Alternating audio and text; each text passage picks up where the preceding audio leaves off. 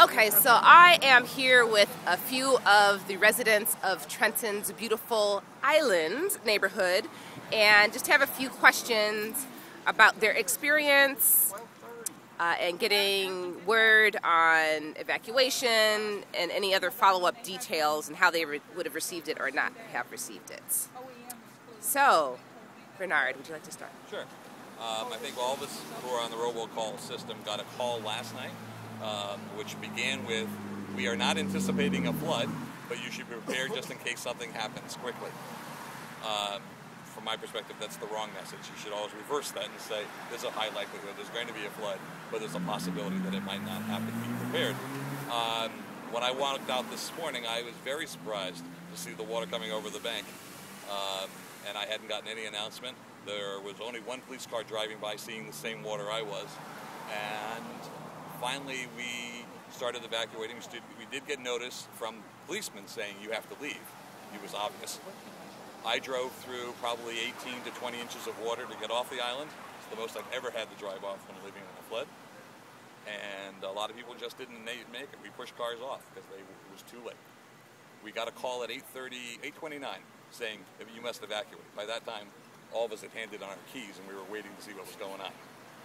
Right, well, so it wasn't. They didn't do a great job. They should have been able to, not necessarily anticipate, but they should have been calling us a lot earlier than 8:30. Okay. Thank you very much. You got a call before I did. And hello, would you like to recount anything additional? My call wasn't until 8:36. Hey, see, I must be early on the list. So yeah, well, McMullen Thomas, Hey, I'm okay. further down. Right, and your name, sir? Danny Thomas.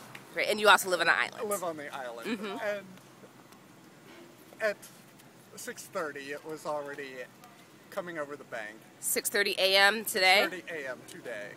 And it was starting to fill up. So, bubbling up through the storm drains. So, yeah, 8:30 call is a little bit too late, like way too late. So that call about, okay, you won't be evacuating because it's going to crest at 20.8. At the time that call went out, for those who had computers, we were looking at the NOAA website to see, at that point it already said it was 22 something or 23 shortly thereafter. So the information that they were giving us wasn't correct. Twofold, it's one of those, yeah, we live in a floodplain, so we should be responsible, but we should also be able to trust information we get from the city. So if that's our resource and we can't trust it, then we have a major problem. And by 8:30, when the call came through, I would not have been able to evacuate. Right. Okay. And what follow-up information have you received? Zero. Absolutely nothing since that call this morning. Nothing? Now, you're signed up for the robocall, you haven't received that? I signed up for the robocall, home number, cell phone, nothing. I haven't checked the home messages, but because I've been out. So since I don't have a smartphone, I'm not carrying a laptop with me, so I can't see what the tweets are or the Facebook messages. So that's a good system if you are stationary in a stable environment, but when you're evacuated, no, those systems usually aren't in place in the immediate response thing. Right. All right. Thank you so much. And questions for you, or would you like to make a statement? If you'd like to give your name first, and you're an islander as well, right? I'm an islander, yes. My name is Alice Lemieux, and I am on the list for phone calls, which I never received, not a one. And if it wasn't, fortunately for good neighbors, I'd probably be stranded there right now. But I was checking myself. I knew it didn't look good, but I had no information. So you found out from neighbors that, hey, we need to evacuate? Exactly. And I just literally made it out.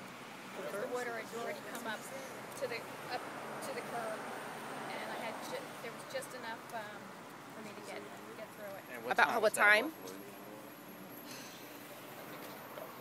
Yeah, it was around 8 o'clock in the morning. Wonderful. Do any of the other islanders have any statements? No.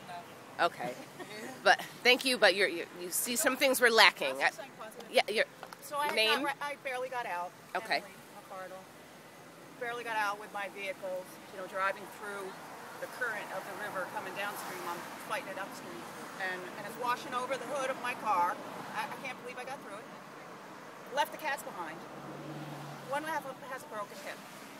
So we came back, and then went and got the cats. You got the cat. Okay. Oh, yeah. I'm glad. It had gotten up so high when I left that I had to drive along the bank. We couldn't get down. We live on Newell. Can you just state your name for the? My name is Susan Carmichael Livingston. Thank you. And we had to go all the way down the bank on the grass to get to Mount Vernon to get off.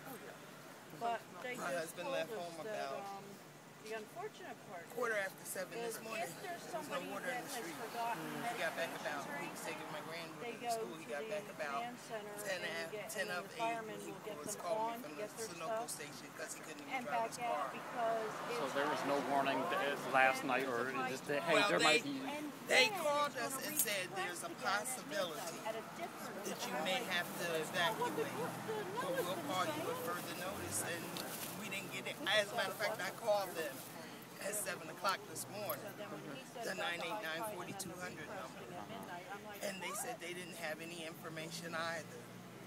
And then, not even a good half an hour later, well, a good hour later, the police were knocking on the door, saying, you gotta go now, you gotta go, this is an emergency. Oh, well, thank you very much. You're welcome.